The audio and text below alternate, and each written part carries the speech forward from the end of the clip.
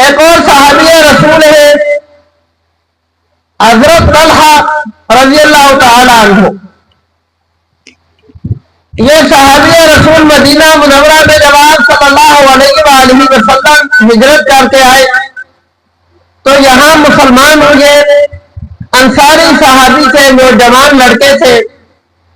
آپ صلی اللہ علیہ وآلہ وسلم کی خدمت میں حاضر ہوئے، اسلام قبول کیا اور کہنے لگے کہ اللہ کے رسول آپ جو حکم دیں گے ہم وہ حکم ماننے کے لیے تیار ہیں، آپ بس ہمیں حکم کریں.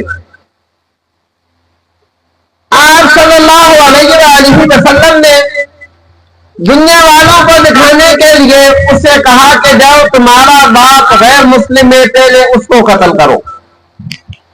وہ قتل کرنے کے لیے جیسے ہی اٹھا آپ صلی اللہ علیہ وآلہ وسلم نے اس کو بٹھا لیا اور دنیا والوں کو پیغام یہ دیا کہ دیکھو محبت اس کو کہتے ہیں، ایمان اس کو کہتے ہیں. یہی طلحہ رضی اللہ تعالیٰ عنہ جوانی کے اندر ان کو موت آ گئی. جب ان کا آخری وقت تھا آپ صلی اللہ علیہ وآلہ وسلم تشریف لائے، آثار دیکھے اور اپنے جانشین صحابی کو دیکھا.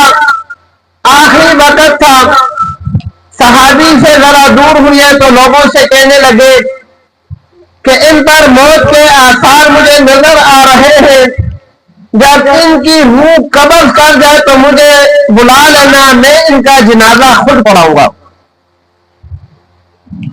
حضرت طلحہ رضی اللہ تعالیٰ عنہ کا اسی رات انتقال ہوا.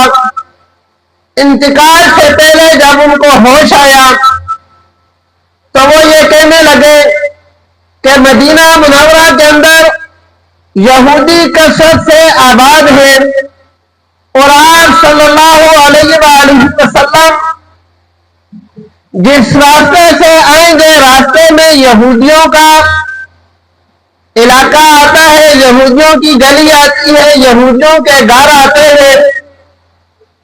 تو اگر میں فوت ہو جاؤں تو مجھے خود ہی دفنا دینا، اللہ کے نبی کو اطلاع نہ کرنا. کہیں ایسا نہ ہو کہ میرے جنازے پہ آتے ہوں گے اللہ کے نبی کو یہودی کوئی تکلیف پہنچائیں.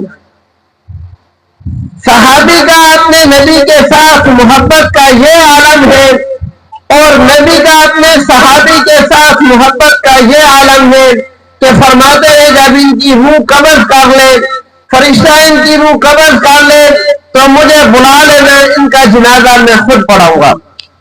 یہ امتی اور نبی کا پیار ہے.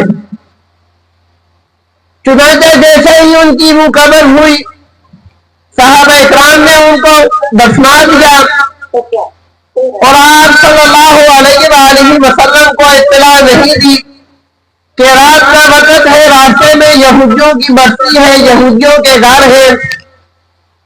صبح ہوئی تو کسی نے آپ صلی اللہ علیہ وآلہ وسلم کو اطلاع دی کہ اللہ کے رسول طلحہ اس دنیا میں نہیں رہے. آپ صلی اللہ علیہ وآلہ وسلم نے فرمایا کہ اچھا مجھے ان کی قبر پر لے چلو. آپ صلی اللہ علیہ وآلہ وسلم حضرت طلحہ کی قبر پر گئے اور ان کے لیے دعائے مغفرت کی اور رہتی دنیا تک یہ ایک مثال قائم کی کہ ایک امتی نبی سے کیسے محبت کرتا ہے اور ایک نبی اپنے امتی سے کیسے محبت کرتا ہے.